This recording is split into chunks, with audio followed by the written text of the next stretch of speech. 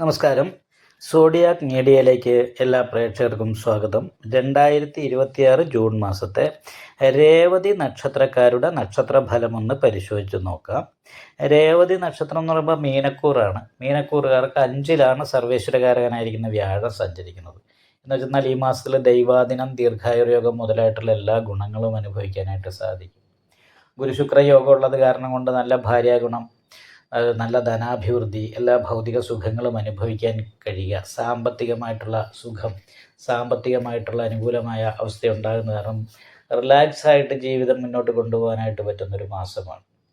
നല്ല രീതിയിലുള്ള പുത്രഗുണം അനുഭവിക്കാനായിട്ട് സാധിക്കും. മക്കളെ കൊണ്ടൊക്കെ അഭിമാനം തോന്നുന്ന ഒരു യോഗമുള്ള സമയമാണ്. പ്രത്യേകിച്ചും പെൺകുട്ടികളെ സംബന്ധിച്ച് ഏറ്റവും നല്ല ഗുണഫലങ്ങളും സന്തോഷവും മാതാപിതാക്കൾക്ക് അനുഭവിക്കാൻ സാധിക്കുന്നൊരു മാസമാണ്.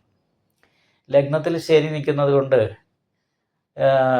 കുറച്ച് എല്ലാ കാര്യങ്ങളും നാളത്തേക്ക് മാറ്റിവെക്കുന്ന അശ്രദ്ധ പോലെയുള്ള കാര്യങ്ങൾ, കൃത്യനിഷ്ഠക്കുറവ് പോലെയുള്ള കാര്യങ്ങളൊക്കെ ഈ സമയത്ത് കാണിക്കാൻ സാധ്യതയുണ്ട്. ചിലവ് 10 രൂപ ചിലവാക്കേണ്ടിടത്ത് 20 രൂപ ചിലവ് വരാൻ സാധ്യതയുള്ള സമയമാണ്. അപ്പോൾ ഇങ്ങനെയുള്ള കാര്യങ്ങളൊക്കെ പ്രത്യേകമായിട്ടൊന്ന് ശ്രദ്ധിക്കുന്നത് നന്നായിരിക്കും. അതുപോലെ തന്നെ അഭക്ഷ്യമായ വസ്തുക്കൾ, ഭക്ഷണത്തിൻ്റെ കാര്യത്തിൽ ശ്രദ്ധയില്ലാതെ അശുദ്ധിയുള്ള ഭക്ഷണം, വാരി വലിച്ചുള്ള ഭക്ഷണം കഴിക്കൽ, ഇങ്ങനെയുള്ള കാര്യങ്ങളൊക്കെ ഒന്ന് ശ്രദ്ധിക്കുന്നത് നന്നായിരിക്കും. ഗ്യാസ്ട്രിക് പോലെയുള്ള രോഗങ്ങൾ, ഉദര സംബന്ധമായിട്ടുള്ള രോഗങ്ങൾക്ക് സാധ്യതയുണ്ട്. അതേപോലെ തന്നെ സംസാരിക്കുമ്പോൾ അത് നേതൃത്വപരമായിട്ട് മറ്റുള്ളവർക്ക് മേൽ നിയന്ത്രണം കൊണ്ടുവരുന്ന രീതിയിലുള്ള സംസാരത്തിന് യോഗമുള്ള സമയമാണ്.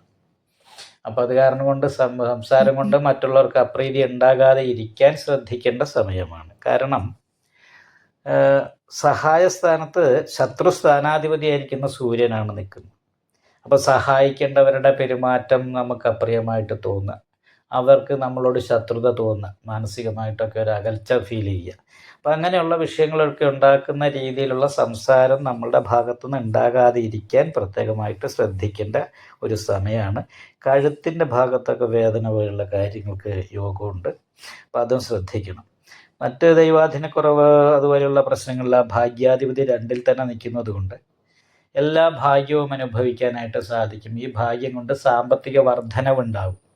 അതുപോലെ തന്നെ സംസാരം കൊണ്ട് നേട്ടം ഉണ്ടാക്കാൻ പറ്റും. കർമാധിപതി 5ൽ നിൽക്കുന്ന കാരണം തൊഴിലിൽ നേട്ടങ്ങൾ ഉണ്ടാകും. അപ്പോൾ കർമാധിപതി തന്നെയാണ് ലഗ്നാധിപതി. അപ്പോൾ അത് കാരണം സ്വയം ഉത്സാഹിച്ച് മുന്നിട്ട് ഇറങ്ങി ചെയ്യുന്ന കാര്യങ്ങൾക്ക് നേട്ടമുണ്ടാകും. അതുകൊണ്ട് തന്നെ അലസത, നിരാശ ഇങ്ങനെയുള്ള കാര്യങ്ങൾ ഒഴിവാക്കാൻ പ്രത്യേകം ശ്രദ്ധിക്കണം. എല്ലാ കാര്യങ്ങളും കുറച്ച് സ്ലോ ആയിട്ട് ചെയ്യുന്ന സ്വഭാവമാണ് മെയിനായിട്ട് ദോഷം. അപ്പോൾ അതിന് പരിഹാരം അയ്യപ്പ ക്ഷേത്രത്തിൽ നീരാഞ്ജനം വഴിപാട് ചെയ്യാമെന്നാണ്.